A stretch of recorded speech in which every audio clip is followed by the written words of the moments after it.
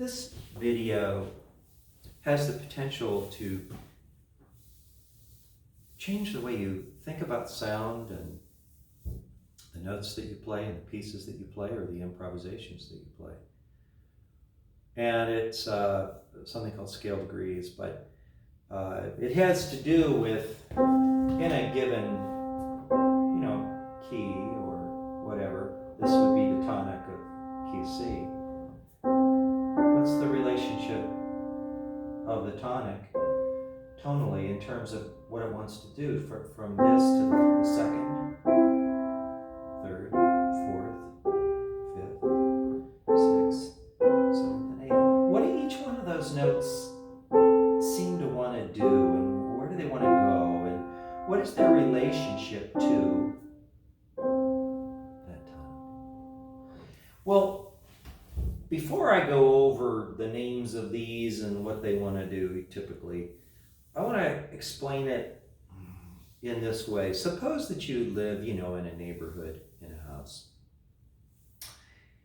And you have your next door neighbor to the left, you have your next door neighbor to the right, the person that lives across the street, the people that are behind you in the catty corner if you're on a corner. But if you move to another house and go to another person's house, there will also be somebody who lives on the next door neighbor on the left, the next door neighbor on the right, and the person that lives across the street, the person that lives behind you in the catty corner if you're on a corner.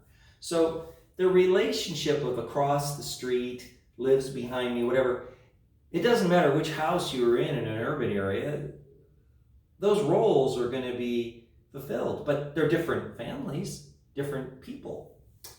So that relationship remains the same.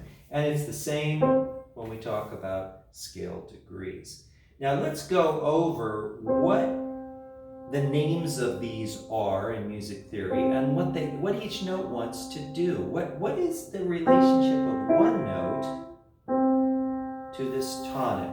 So what is a tonic? A tonic is a musical center. It is the alpha and omega of a tonal piece of music. It is the point around which things happen, but it's in relation to the tonic. This is the house that we're going to decide whether somebody lives across the street or they live behind us or their next door neighbor. This is it, the tonic. Okay, now that's 1 and 8. Now that's a second, but it's called a super tonic. It has a name, just like the next door neighbor. This is tonic, that's called supertonic, like super, it's like up from tonic, but it doesn't really get its own role necessarily. It's called the supertonic. So the tonic is still very powerful in its role in music. Now that's called a third, that's a mediant. Okay, it's a major third.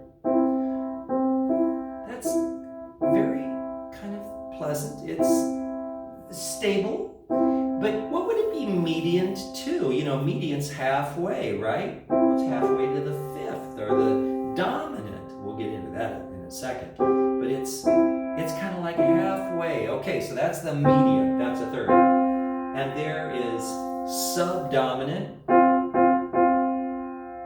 It could go up.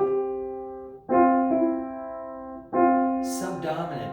So it's like, okay, it has a role under the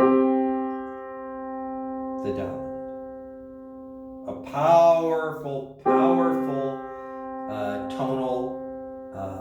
position in music. Very powerful. Stable.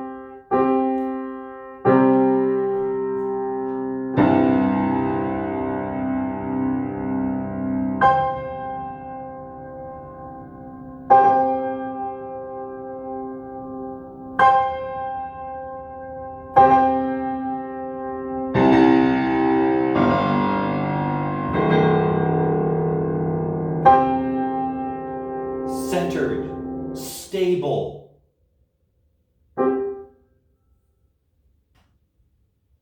It's dominant.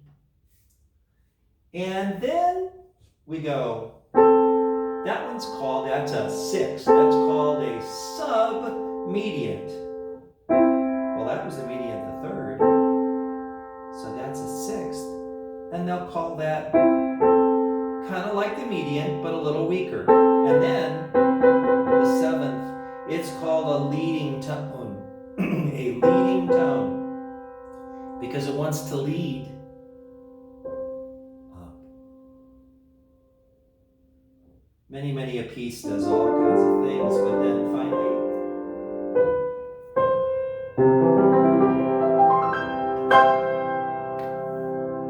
it to the resolution. Resolution to what? The tonics 1, 3, 5 is a rule that's made up of the tonic, the median, and the dominant. Okay, so music is constructed by a composer, and improvisations are played by improvisational players, manipulating and managing those notes to the tonic which have a tendency to want to do this or this, and typically will resolve back to the tonic. This would be true in that key, that key, that key, any key. They're all going to have the next door neighbor, the one that lives behind left, right. So you might want to take your harmonica and play it and just play, you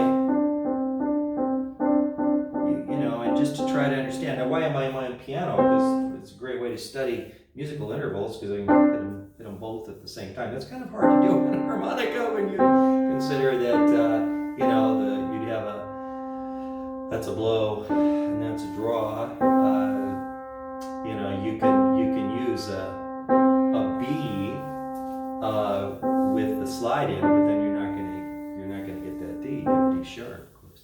So that's one of the reasons that I enjoy and have worked so hard to be able to have a piano to work with, to understand these kinds of things. Am I pitching piano? Yeah, I am. By the way, did you know that Larry Adler, that icon of chromatic harmonica, he was quite a pianist. And Jaco Pastorius, the world's top bass player that worked quite a bit with Toots and did albums with him, played on stage with him, he was quite a pianist too.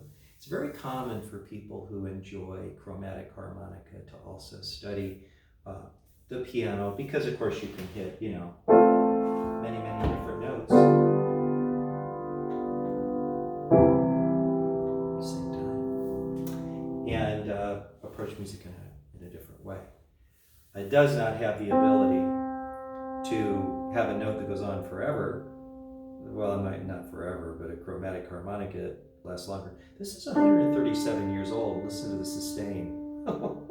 It's many seconds. That's what I love about them, this bell-like clarity. You know, they are just a wonderful instrument.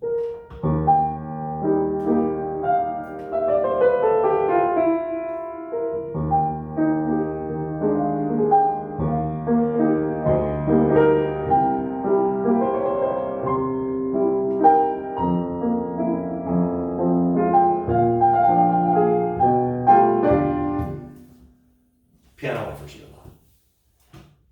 Time and effort, but that's all things in life. So, I hope you'll have fun playing with this concept of the scale degrees, you know, the tonic, super tonic, medium, subdominant, dominant,